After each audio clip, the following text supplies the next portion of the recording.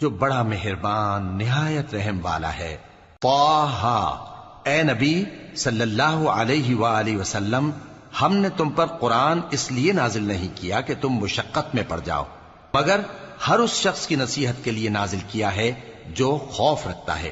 یہ اس ذات کا اتارا ہوا ہے جس نے زمین اور اونچے اونچے آسمان بنائے، یعنی رحمان، جو عرش پر جلوہ افروز ہوا۔ جو کچھ آسمانوں میں ہے اور جو کچھ زمین میں ہے اور جو کچھ ان دونوں کے بیچ میں ہے اور جو کچھ مٹی کے نیچے ہے، سب اسی کا ہے۔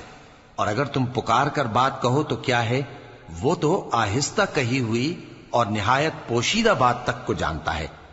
اللہ وہ معبود برحق ہے کہ اس کے سوا کوئی معبود نہیں ہے، اس کے سب نام اچھے ہیں۔ اور کیا تمہیں موسیٰ کے حال کی خبر ملی ہے؟ جب انہوں نے آگ دیکھی تو اپنے گھر والوں سے کہا کہ تم یہاں ٹھہرو، میں نے آگ دیکھی ہے، میں وہاں جاتا ہوں، شاید اس میں سے میں تمہارے پاس انگارہ لاؤں یا آگ کے مقام سے اپنا رستہ معلوم کر سکوں۔ پھر جب وہ وہاں پہنچے تو آواز آئی کہ اے موسیٰ، میں تو تمہارا پروردگار ہوں، تو اپنے جوتے اتار دو، تم یہاں پاک میدان یعنی طویٰ میں ہو، اور میں نے تم کو منتخب کر لیا ہے، تو جو حکم دیا جائے اسے سنو۔ بے شک میں ہی اللہ ہوں، میرے سوا کوئی معبود نہیں، تو میری عبادت کیا کرو اور میری یاد کے لیے نماز پڑھا کرو۔ قیامت یقیناً آنے والی ہے، میں چاہتا ہوں کہ اس کے وقت کو پوشیدہ رکھوں تاکہ ہر شخص جو کوشش کرے اس کا بدلہ پائے۔ تو جو شخص اس پر ایمان نہیں رکھتا اور اپنی خواہش کے پیچھے چلتا ہے، کہیں تم کو اس کے یقین سے روک نہ دے، تو اس صورت میں تم ہلاک ہو جاؤ۔ اور اے موسیٰ، یہ تمہارے داہنے ہاتھ میں کیا ہے؟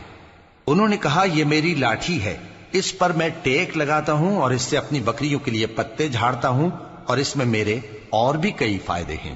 فرمایا کہ موسیٰ اسے زمین پر ڈال دو، تو انہوں نے اس کو ڈال دیا اور وہ یکا یک سانپ بن کر دوڑنے لگا۔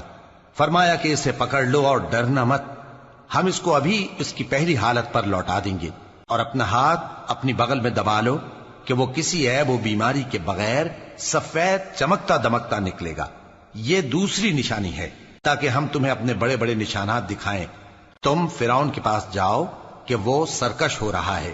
کہا، اے میرے پروردگار، اس کام کے لیے میرا سینہ کھول دے اور میرا کام آسان کر دے، اور میری زبان کی گرہ کھول دے تاکہ وہ میری بات سمجھ لیں، اور میرے گھر والوں میں سے ایک کو میرا